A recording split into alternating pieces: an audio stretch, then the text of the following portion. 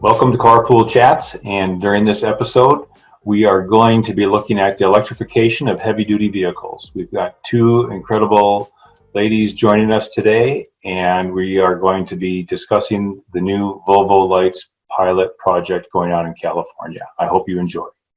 Hello, Kim. Hello, Don. Nice to have you guys on with us today. How's it going out there? Doing fine, thanks. Good to be with you. Yep, Great. things are fine here in Houston.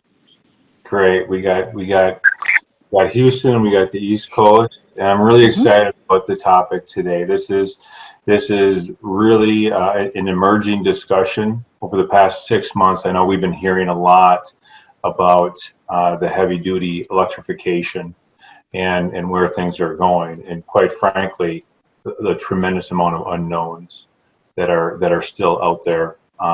And it sounds like you guys are working on a pretty exciting project right now that's going to try to ferret out some of those unknowns and get some answers for the heavier duty industry. So, Don, can you give us a little bit of background on the Volvo Lights program? Sure, I'd be happy to. So Volvo, together with 14 other partner companies and organizations, are participating in what we call the Volvo Lights project. It is a project that is funded by the California Air Resources Board, and the goal of the project is to demonstrate the commercialization of the use in commercial operations of battery electric vehicles. However, it's much more than just funding for vehicles and putting them on the road, because, as you know, the movement to electric vehicles is a whole new paradigm shift. It's requires all different fueling infrastructure and other kinds of support, and so that's why we have so many different project partners involved. And the project, as I said, is funded by CARB. The project is a $90 million project. It began back in 2018. It was initially announced, and it will be running until the middle of 2021. And through this project, we will be bringing not only 23 battery electric Class 8 trucks to operate on the road, but also the charging infrastructure that goes with them, some sales and service support. There will be workforce training through classes that are being offered at local community colleges in the area. And this project is running in Southern California. It is operating in the greater LA area, with these trucks running that route between the Inland Empire, where you have the large warehouse district in Southern California, to the ports on the coast, the Port of LA and Long Beach. And the trucks will be doing both that roll back and forth between the warehouse and the ports, as well as doing some more localized delivery in the Inland Empire. Great, perfect location, right? From an air quality standpoint, I know that's been a focus in California for a very, very long time. They're just trying to find a way to skin that cat. So that's fantastic. Thank you. Kim, a little bit about Trillium, please. And then I kind of wanted to roll in to ask, what is Trillium's role when we talk about the charging network, and how are we going to best facilitate under this pilot project? So please. Yeah. Who is Trillium? So Trillium is the alternative fueling company for Love's Travel Stops. So Love's Travel and truck stops, we have over 500 truck stops across the country. Our primary customer is the over-the-road long-haul customer.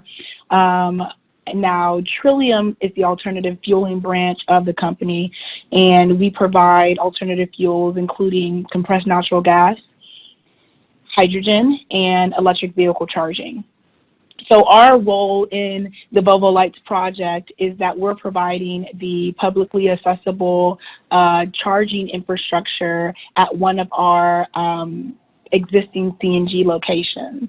And the purpose for that charging infrastructure is to, or that publicly accessible charging infrastructure is to assist with range anxiety, and just elongate the range that the truck can actually go in their service. So this hub or your location, it's being built on an existing travel center piece of real estate, and so you've already got an area that's very well versed in heavy duty truck travel. Yeah, so it's being built on an existing Trillium station. So a Trillium station is typically an unmanned station, so it won't have that the C-store, the corner store that we're used to with the Love's locations. The existing customer base at this station are drayage trucks, light duty vehicles, and other medium and heavy duty trucks. So that location has the space needed for a heavy and medium duty type truck. So it was kind of a perfect location to intermingle two different types of alternative fueling services. That's great. And like in the preliminary stages of the study, did you get an idea or a feel for what your traffic will be for once we get the total amount of vehicles we've got? Dawn, I believe we've got one Class 8 truck now. We're going to have 6 more before the end of the year. Kim, did you guys sit back and look at how many trucks per day you're expecting to be charging there? Yeah, so the interesting part about this is that it's an existing station already. So some of the things that we've been evaluating is that truck traffic, and specifically turning radiuses, and making sure that we have sufficient room for passing lanes for the trucks that are going to the station. So essentially, we want to make sure that the CNG trucks that are fueling aren't in the way of the EV trucks that are coming to the location. So taking a look at, okay, a Class 8 vehicle and having 2 Class 8 vehicles in the same location, is there room to actually make the turns and the passing lanes that are required so that everyone has a positive fueling experience? So that's one of the things that we've been looking really hard at in our design, in our preliminary design phase. That's great. Any idea what the expected charge times will be, the well time will be for that driver while they're charging up? Really good question. So this is one of the aspects that would be looked at very closely during the pilot project. So based on the location, so where our station is located, and the reason why this was kind of a perfect location is between the Inland Empire and both the ports of Long Beach and Los Angeles, the Anaheim or the Placentia station is dead smack in the middle. So it's about 25 miles to the Inland Empire and then another 25 miles out to the port.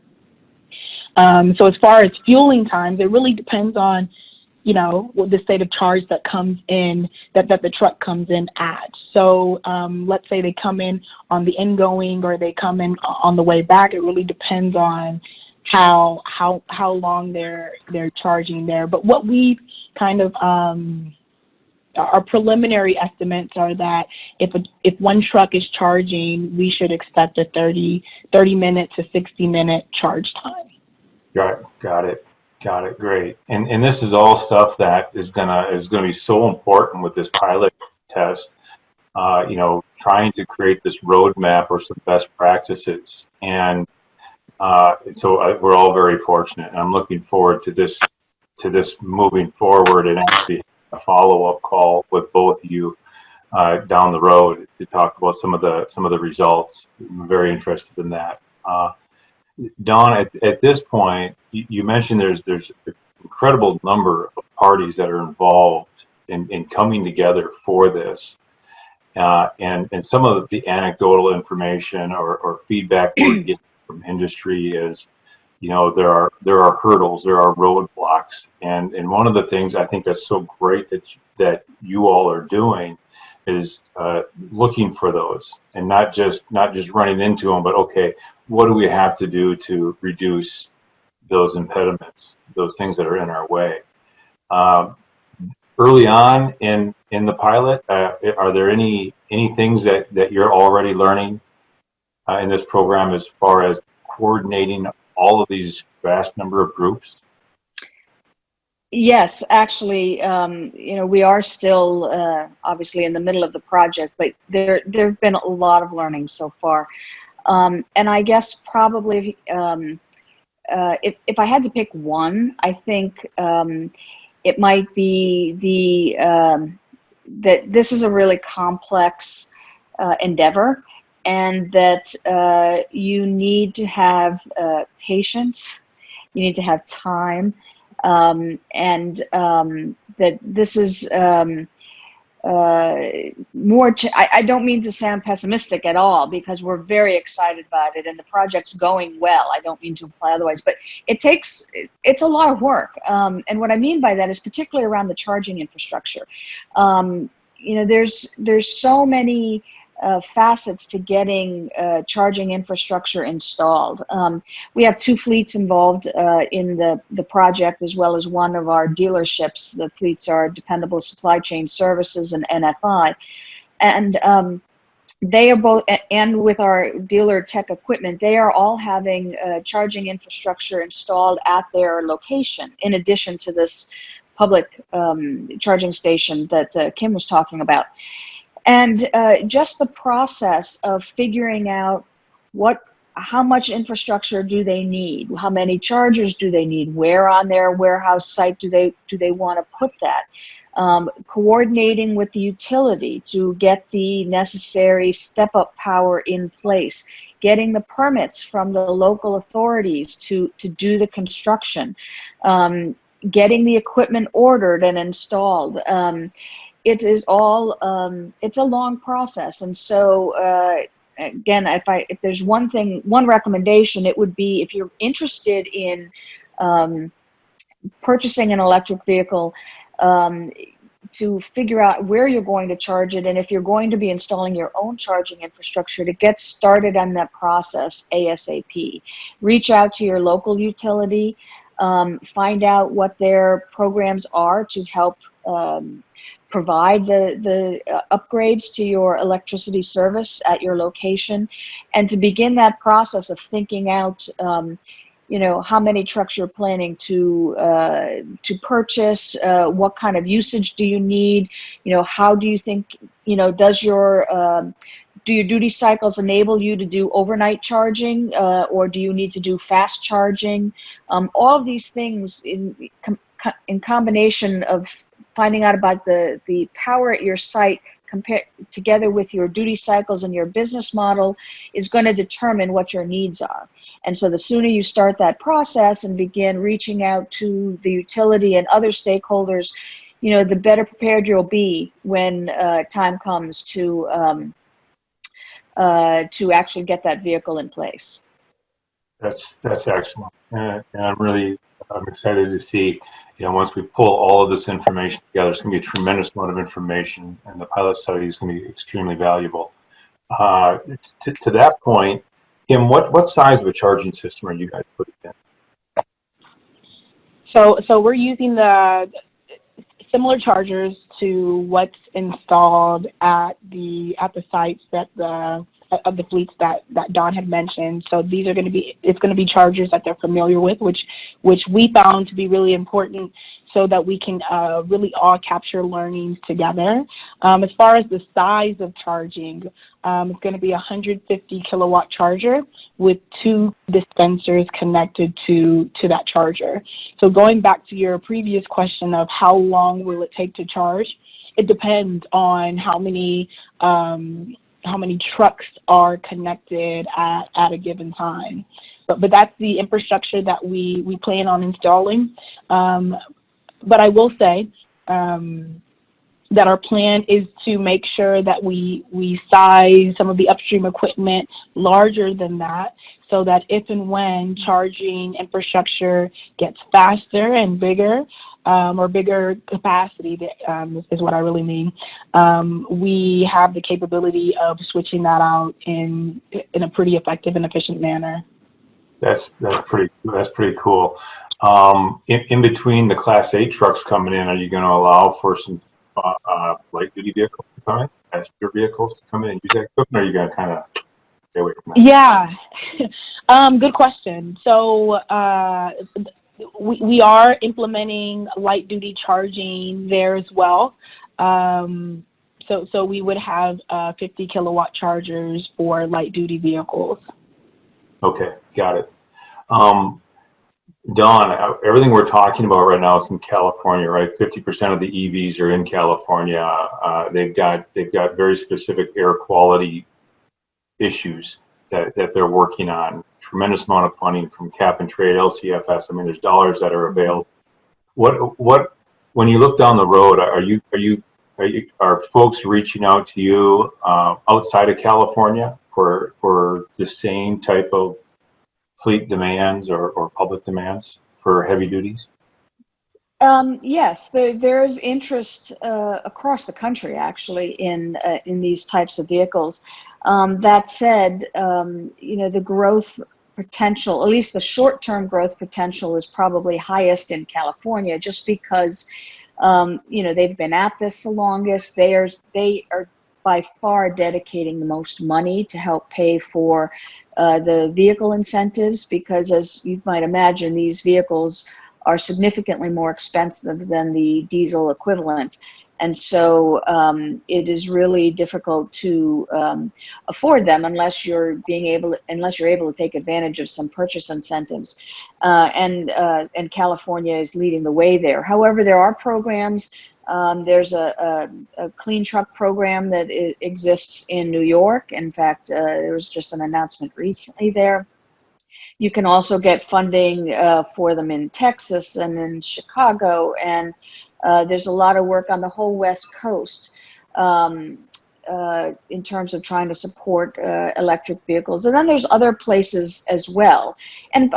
But in part, I should say, though, it depends on a couple of things. It depends on, number one, what type of operations you have. So, for example, I mean, we're here talking about the Volvo Lights project, but Volvo also owns Mack trucks. And Mack is in the process of doing a pilot project right now in New York City with New York City Sanitation for an all-electric refuse truck. And we'll be doing another pilot in North Carolina. And so if you have a fleet that can rely on a return to home base for charging, you can, I'm going to say it in a way, you can almost be anywhere. And then it also depends on where the utilities are prepared and providing support for the upgrades that are necessary.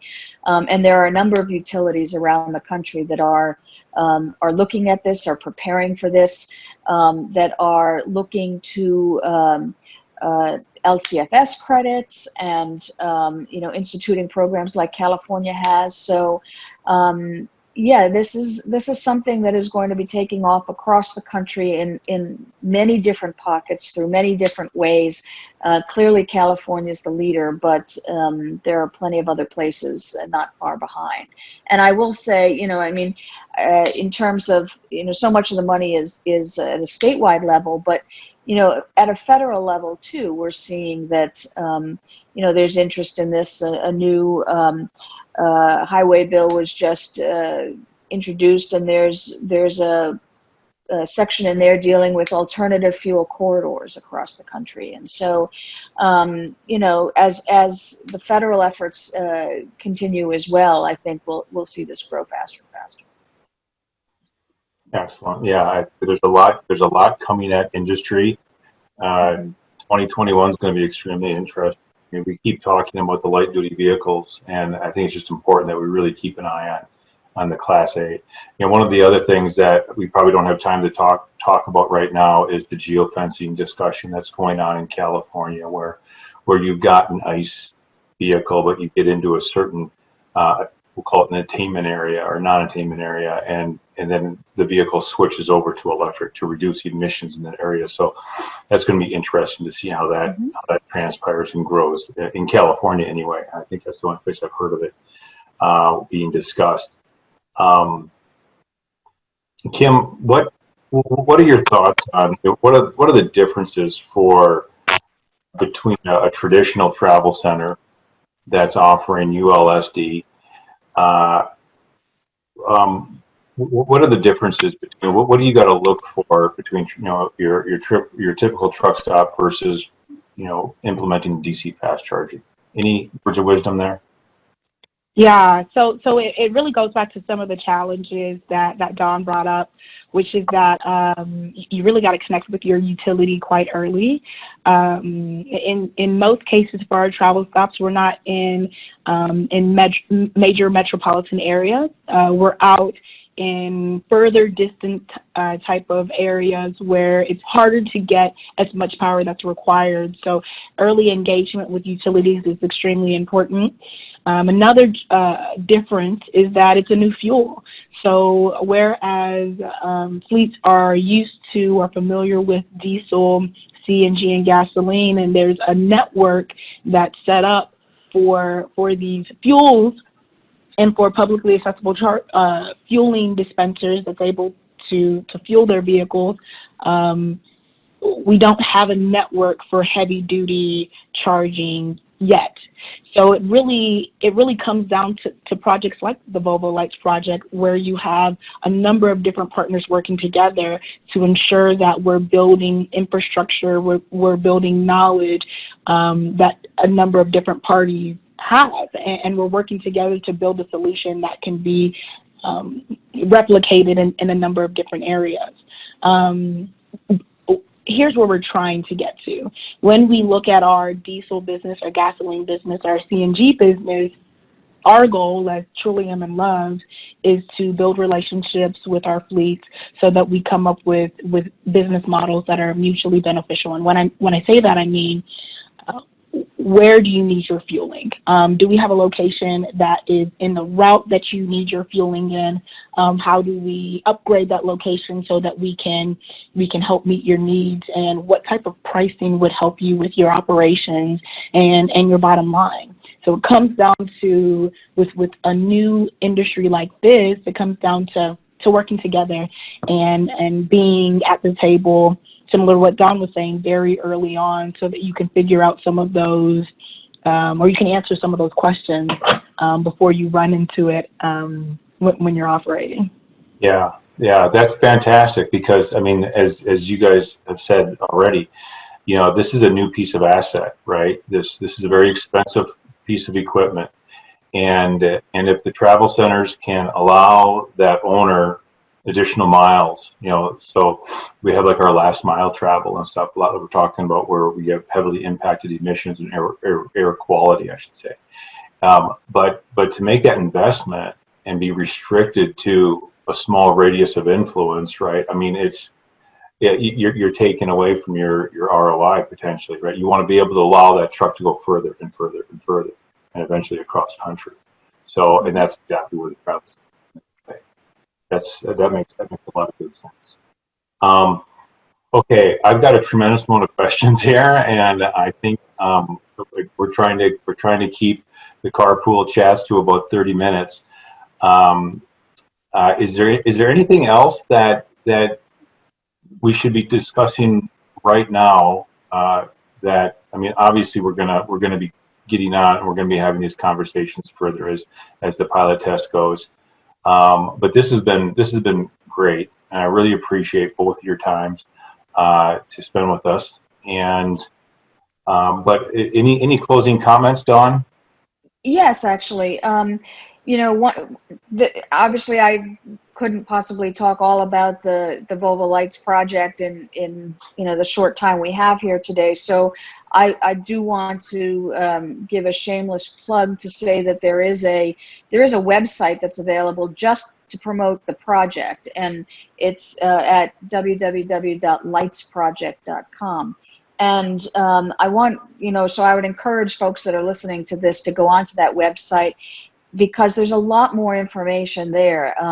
As part of the project, we're spending a lot of time to really educate and increase awareness about the project, because this is so new, and we want to make sure that the learnings that come out of this project are shared, broadly to all kinds of stakeholders. And so there on that website, I mean, of course you'll find articles and things like that, but we've done some webinars already with early lessons learned. There'll be various resources with information, and as the project goes forward, there'll be more lessons learned documents that will be shared there. So I would encourage folks to do that. And the other thing I would say, and again, we didn't get to talk about all aspects of the project, but there are also components in the project where it's not just on-road trucks, but also the fleets are using battery electric off-road equipment, freight handling equipment. There's also a clean energy component, a solar energy generation component at some of the warehouses, and we're looking at a second battery use component of the project to look at energy storage. So there's even a lot more here than we've been able to talk about, and as we said, maybe it's a follow-on conversation in another 6 months down the road to where we can share more detail, or in the meantime folks just go into that website. But yeah, it's really an exciting time in this field, and no doubt that we are on the cusp of something hugely exciting, challenging, but hopefully rewarding too for fleets and for the country and for air quality for lots of reasons.